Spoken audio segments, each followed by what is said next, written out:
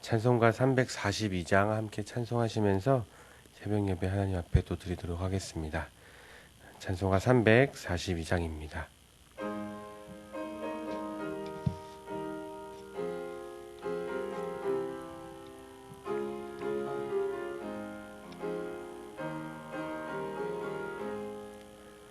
너 시험을 당해 죄 짓지 말고 너 용기를 다해 곧 물리쳐라. 너 시험을 이겨 새 힘을 얻고 주 예수를 믿어 늘 승리하라.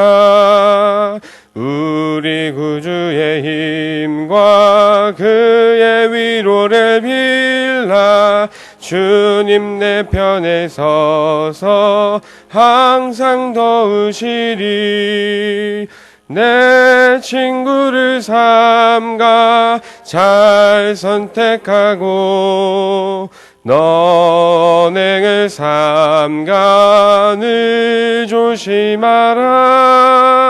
너 열심을 다해 늘 충성하고 온 정성을 다해 주 봉사하라. 우리 구주의 힘과 그의 위로를 빌라. 주님 내 편에 서서 항상 도우시리. 잘 이기는 자는 상 받으리니 너 낙심치 말고 늘 전진하라.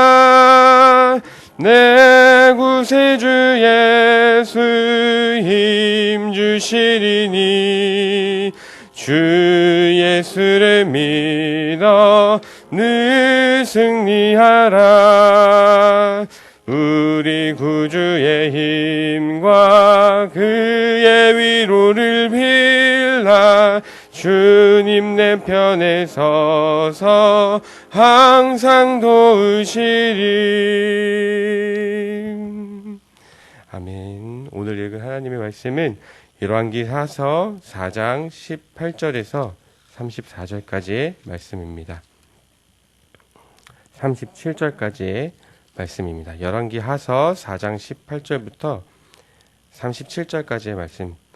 조금 길 수도 있으나 저희 한 절씩 또박또박 교대로 교독하도록 하겠습니다. 제가 먼저 18절 읽도록 하겠습니다. 그 아이가 자라매 하루는 추수꾼들에게 나가서 그의 아버지에게 이르렀더니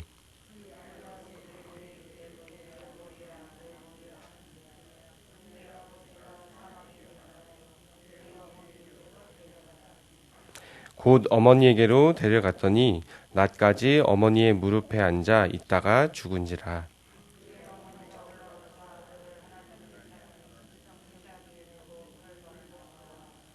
그 남편을 불러 이르되 청하건대 사환 한 명과 나귀 한 마리를 내게로 보내소서. 내가 하나님의 사람에게 달려갔다가 돌아오리이다 하니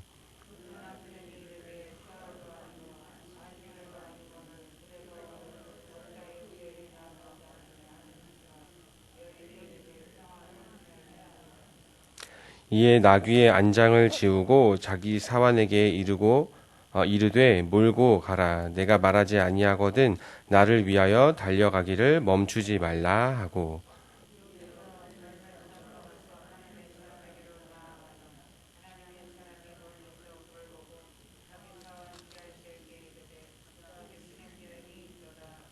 너는 달려가서 그를 맞아 이르기를 너는 평안하냐? 내 남편이 평안하냐?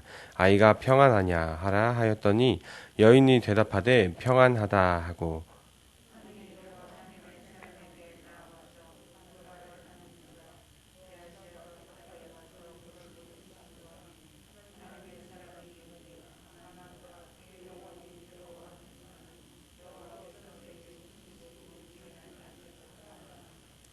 여인이 이르되 내가 내 주께 아들을 구하더이까 나를 속이지 말라고 내가 말하지 아니하더이까 하니.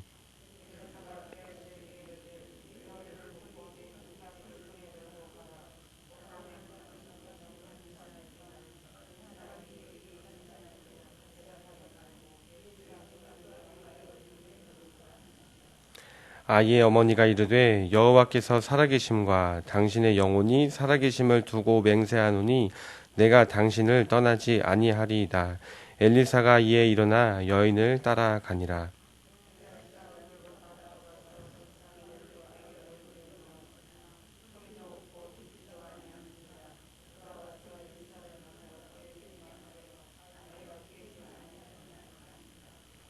엘리사가 집에 들어가 보니 아이가 죽었는데 자기의 침상에 눕혔는지라.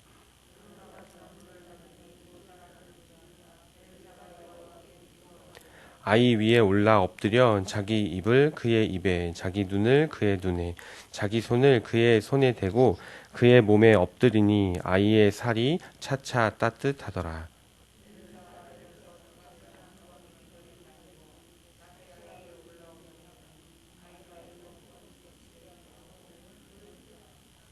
엘리사가 게하시를 불러 저 수넴 여인을 불러오라 하니 곧 부름에 여인이 들어가니 엘리사가 이르되 내 아들을 데리고 가라 하니라. 함께 읽겠습니다. 여인이 들어가서 엘리사의 발 앞에서 땅에 엎드려 절하고 아들을 안고 나가니라. 아멘. 열왕기 하서의 엘리사의 이야기를 계속해서 보고 있습니다. 특히 어제부터 이어지는 수넴 여인을 향한 엘리사의 사역을 보고 있습니다. 여러 가지 의미로 해석되어질 수 있는 수넴의 한 귀한 여인은 하나님의 사람 엘리사를 아무런 대가도 없이 섬겼습니다. 그리고 그에 따른 감사의 반응으로 엘리사는 아들을 주겠다고 예언을 하였고 하나님의 사람의 말대로 다음 해에 아들을 낳게 되었습니다. 오늘 이 본문을 공부하면 공부할수록 우리에게 주는 교훈이 너무나 많았음을 보게 되었습니다. 어제 나누었었던 전도사님의 말처럼 수넴 여인의 삶을 보면서 원치 않는 기적을 받는 마음을 배워야 하기도 하고 가부장 중심이었던 그 문화 속에서 여인으로서 가정을 이끌어가고 있는 수넴 여인을 보면서 우리네의 믿음의 가정을 어떻게 이끌어가야 하는가, 어떻게 능동적으로 이끌어가야 하는가를 배워야 하는 것도 볼 수가 있었습니다.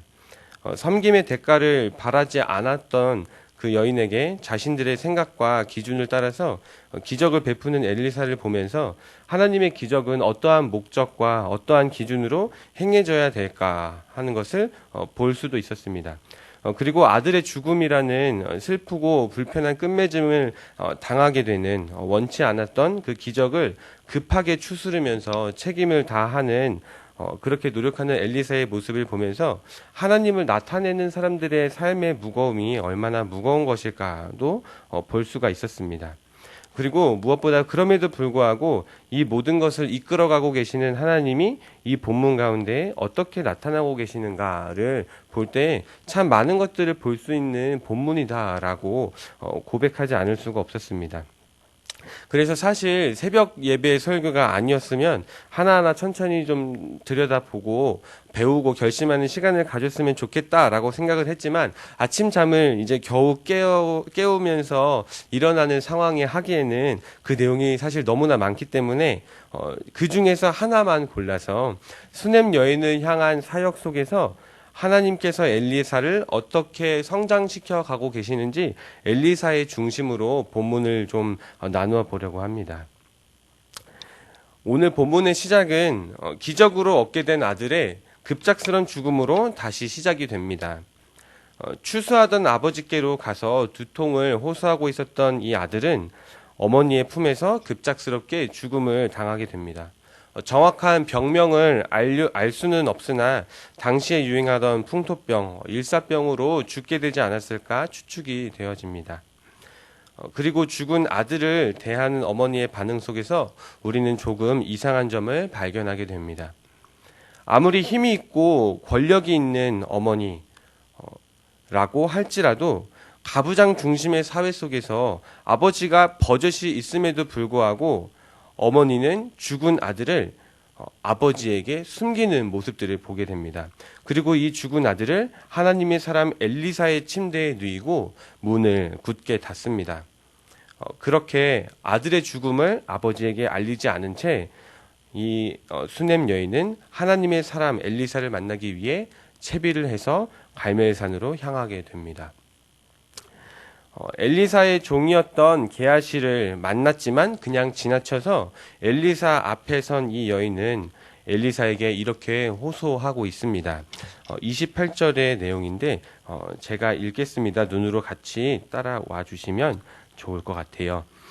28절입니다. 여인이 이르되 내가 내 주께 아들을 구하더이까 나를 속이지 말라고 내가 말하지 아니하더이까 하니. 사실 애초부터 이 수넴 여인은 아들을 달라고 요청한 적이 없었습니다. 오히려 현재의 삶에 만족하고 있고 나는 내 백성과 함께 있습니다. 앞으로도 이렇게 사는 것이 내게 족합니다. 라고 고백했었던 수넴 여인이었습니다. 그랬던 수넴 여인에게 게하시의 설명을 들은 엘리사는 하나님께 물음 없이 자신의 능력으로 그렇게 할 수 있다는 것처럼 아들을 낳을 것이라고 예언을 해버렸던 것입니다. 그리고 하나님께서는 그럼에도 불구하고 은혜를 주셔서 하나님의 사람의 말이 현실화되는 은혜를, 기적을 주셨습니다.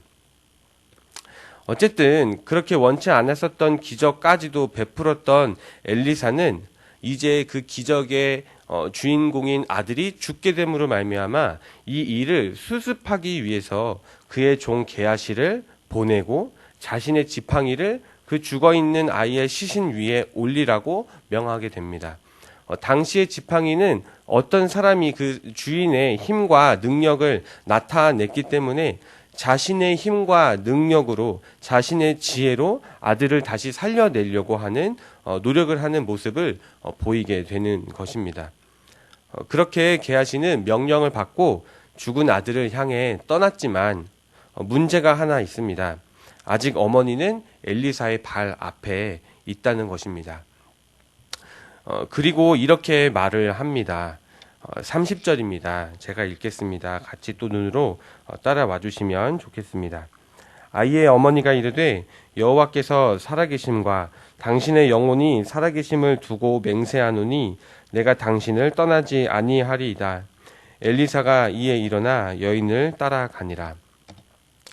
이 수넴 여인의 고백을 들은 엘리사는 깜짝 놀랄 수밖에 없었을 것입니다.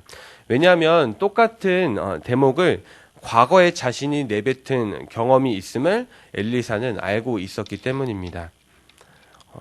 우리 앞으로 몇 페이지만 넘어가서 열왕기 하서 2장 2절의 말씀을 한 번 더 봤으면 좋겠습니다. 열왕기 하서 2장 2절의 말씀입니다. 제가 읽겠습니다. 눈으로 함께 또 따라와 주세요. 엘리야가 엘리사에게 이르되 청하건대 너는 여기 머물라. 여호와께서 나를 베델로 보내시느니라 하니 엘리사가 이르되 여호와께서 살아계심과 당신의 영혼이 살아있음을 두고 맹세하노니 내가 당신을 떠나지 아니하겠나이다 하는지라. 이에 두 사람이 베델로 내려가니. 같은 구절이 등장했었습니다. 그리고 4절에도 두 번째 등장합니다. 엘리야가 그에게 이르되 엘리사야 청하건대 너는 여기 머물라.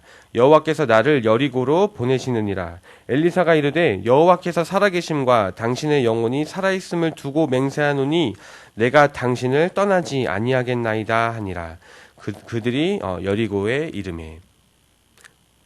그리고 이어서 6절에 세 번째 또 등장합니다. 엘리야가 또 엘리사에게 이르되 청하건대 너는 여기 머물라.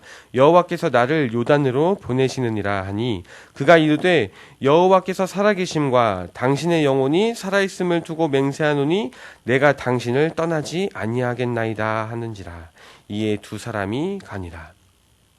사실 오늘 수넴 여인이 엘리사의 발 앞에서 했었던 같은 고백을 엘리사가 자기의 스승 엘리야에게 똑같이 했었던 경험이 있었습니다. 맞습니다. 하나님은 죽은 아들을 살리기 위해 찾아왔었던 수넴 여인, 그 여인 앞에 서 있는 엘리사가 자기의 모든 것들을 내려놓고 그 아들을 살려주기 위해서 노력해야 하는 자리에 있음에도 불구하고 자기의 지혜와 능력을 사용해서 아들을 살리려고 자기가 직접 가는 것도 아니고 자기의 종 게하시를 보냈었던 그 엘리사에게 자신과 자기의 스승 엘리야의 대화를 떠오르게 하시면서 엘리사가 지금 가지고 있는 그 능력이 어디에서부터 왔는가를 떠오르게 하고 계시는 것입니다. 이미 종을 보냈지만 아직도 그 발 앞에 있는 어머니를 보고 마음이 불편해져서인지 아니면 스승 엘리야와의 대화를 떠올리면서 아 맞아 나의 능력이 나에게로부터 온 것이 아니라 나의 스승 엘리야를 통해서 하나님께로부터 왔다는 것을 기억을 해서인지 엘리사가 이제 어머니를 따라 직접 죽은 수넴 여인의 아들을 만나러 길을 떠나게 됩니다. 그렇게 죽은 아들을 만나러 가는 길에서 아들을 살리지 못했다고 보고를 하는 종 게하시를 뒤로 하고 집에 들어가 보니 자신을 섬겼었던 그 침대에 싸늘하게 누워있는 수넴 여인의 아들을 보게 됩니다. 그 아들을 보게 된 엘리사는 이제 그 아들을 살리기 위해 자신의 몸을 죽은 아들의 몸에 하나씩 맞추기 시작합니다. 사실 히브리어로는 이렇게 얘기하고 있어요. 이시 엘로힘 카두시. 이시는 이제 많이들 아시잖아요. 사람을 뜻하고 있습니다. 엘로힘 하나님의 카두시 거룩한 하나님의 거룩한 사람이라는 칭송을 받고 있었던 엘리사가 죽은 시체 위에 몸을 맞춰간다는 일은 자신이 가지고 있는 거룩을 훼손시킬 수도 있는 위험을 감수하면서까지 긴박하게 자신이 나타낸 기적의 허망한 끝맺음을 수습하려고 하고 있는 엘리사의 간절한 모습을 우리에게 보여줍니다. 어쩌면 그래서 엘리사는 방문을 닫고 아무도 볼 수 없는 곳에서 혼자 죽어있는 수넴 여인의 아들의 시체 위에 몸을 맞추지 않았을까라고 추측해 볼 수 있는 대목이기도 합니다. 어쨌든 중요한 것은 이전에는 자신의 지혜와 능력으로 수넴 여인의 아들을 살리기 위해서 자기의 종을 보내어서 지팡이를 올려놓았었던 바로 그 곳에 자신의 모든 것들을 내려놓고 자기의 그 거룩함까지도 내려놓고 자기가 마치 지팡이가 되는 것처럼 겸손한 마음으로 간절한 마음으로 그 시체 위에 올라가는 엘리사를 보게 되는 것입니다. 사실 이 장면은 우리에게 다른 한 장면을 떠올리게 합니다. 과거에 엘리사의 스승이었었던 엘리야도 통의 가루와 병의 기름이 마르지 않도록 하는 기적을 베풀었었던 그 대상인 사르밧 과부의 아들이 죽게 되자 동일하게 자신의 침대에 그 아들을 눕혀놓고 그 위에 자기의 몸을 3번이나 펴서 하나님께 간절히 기도함으로 그 아들을 살려냈었던 내용이 열왕기 상서 17장에 기록되어 있습니다. 사실 넉넉한 가운데 있었기 때문에 원치 않았었던 수넴 여인에게 기적을 행하고 하나님의 은혜로 그 기적이 현실화되었지만 또다시 그 기적이 허무한 끝을 맺게 되어서 그것을 수습하기 위해 뒤늦게 스스로 방문을 닫고 은밀한 중에 자기 스스로가 지팡이가 되어서 죽은 아들의 위에 몸을 맞추고 있는 엘리사의 모습은 사실 무기력하고 보호를 받아야만 했었던 사르밧 과부에게 기적을 베풀었었던 엘리야와 그리고 그 아들의 죽음이라는 기적의 슬픈 끝맺음을 다시 회복하기 위해서 스스로 그 죽은 아들의 몸 위에 몸을 맞추면서 간절히 하나님께 기도했었던 엘리야의 모습과는 뭔가 비슷한 것 같으나 굳게 닫혀져 있는 엘리사의 방문이라는 그 단어들을 통해 우리에게 너무나 큰 차이를 보여주고 있습니다. 이제까지 하나님은 하나님의 사람 엘리야를 통하여서 이스라엘에 여전히 함께 하고 계시는 하나님을 보여주셨었습니다. 그리고 이제 엘리야가 하늘로 올라가고 엘리사를 통해서 계속해서 하나님께서 이스라엘에게 함께 하심을 보여주기를 원하시는 하나님은 엘리사를 계속해서 성장하게 만들어 가고 계시고 빚어가고 계시고 엘리야를 통해서 본인을 이스라엘에게 나타낼 계획을 이루어 가고 계시다는 것을 보게 됩니다. 비록 엘리사는 아직까지 불완전했습니다. 어쩌면 교만해 보였을 수도 있습니다. 어쩌면 급하게 대처하려고 머리를 굴리는 지금의 엘리사의 모습을 보게 되지만 그럼에도 불구하고 이 모든 일은 하나님의 계획하심과 인도하심 속에서 일어나고 있음을 보게 되는 것입니다. 오늘 본문 4장의 엘리사의 모습은 이렇게 나약한 모습이었습니다. 자신의 지혜와 능력으로 뒷수습을 하려고 했습니다. 하지만 오늘 이렇게 하나님께 훈련을 받은 엘리사의 모습은 이제 다음 장 5장으로 가서 또 다른 모습으로 우리에게 다가옵니다. 5장에서는 권력이 많았었던 힘이 있었던 나아만 장군 앞에서 절대로 작아지지 않고 오히려 하나님을 신뢰하는 담대한 마음을 가지고 있는 나아만을 작은 요단 강으로 보내버리는 당당한 이시 엘로힘 카도시 하나님의 거룩한 사람이 되어져 있는 모습을 보게 되는 것입니다. 어쩌면 오늘은 아직 준비되지 못한 모습의 엘리사였을 수도 있습니다. 하지만 여러 방면으로 엘리야의 스승의 지난 날들을 체험하게 하시고 또 엘리야의 기적들과 능력들을 배우게 하시는 하나님은 그렇게 훈련되어져 가는 엘리사를 통해서 앞으로도 수많은 하나님의 기적을 나타내시고 이스라엘에 하나님께서 함께 계시다. 이스라엘의 백성들이 절대로 혼자가 아니다라는 것을 끝까지 보여줄 계획을 이어가고 계시다는 것입니다. 비록 문자적으로 하나님이 오늘 나타나 있는 이 상황 속에서 어떻게 이해하고 계시는지 어떤 마음을 가지고 계시는지는 문자적으로 나와 있지 않습니다. 하지만 그럼에도 불구하고 너무나 선명하게 일하고 계시는 하나님을 볼 수 있는 눈이 열리는 이 아침이 되시기를 간절히 축원합니다. 이렇게 엘리사의 관점에서 본 오늘의 본문은 우리에게 이렇게 말합니다. 어쩌면 우리는 아직 준비되지 않았을 수도 있습니다. 아니, 모든 준비를 마쳤다고 말할 수 있는 사람은 어쩌면 아무도 존재하지 않을 수도 있습니다. 지금도 하나님은 여전히 우리를 성장시켜 가고 계시기 때문입니다. 지금 나를 당황하게 만드는 사건들을 만나고 계시지는 않으십니까? 하나님의 이름으로 선포했지만 그리고 하나님의 은혜로 그 선포되어진 제목들이 현실화되었고 그렇게 되어지다가 그리고 하나님의 은혜로 선포되어진 제목들이 한순간에 허무하게 꺼져버리는 촛불처럼 뒤바뀌게 되어서 우리를 오히려 당황하게 만들거나 나의 발목을 붙잡는 것 같은 상황 속에 계시지는 않으십니까?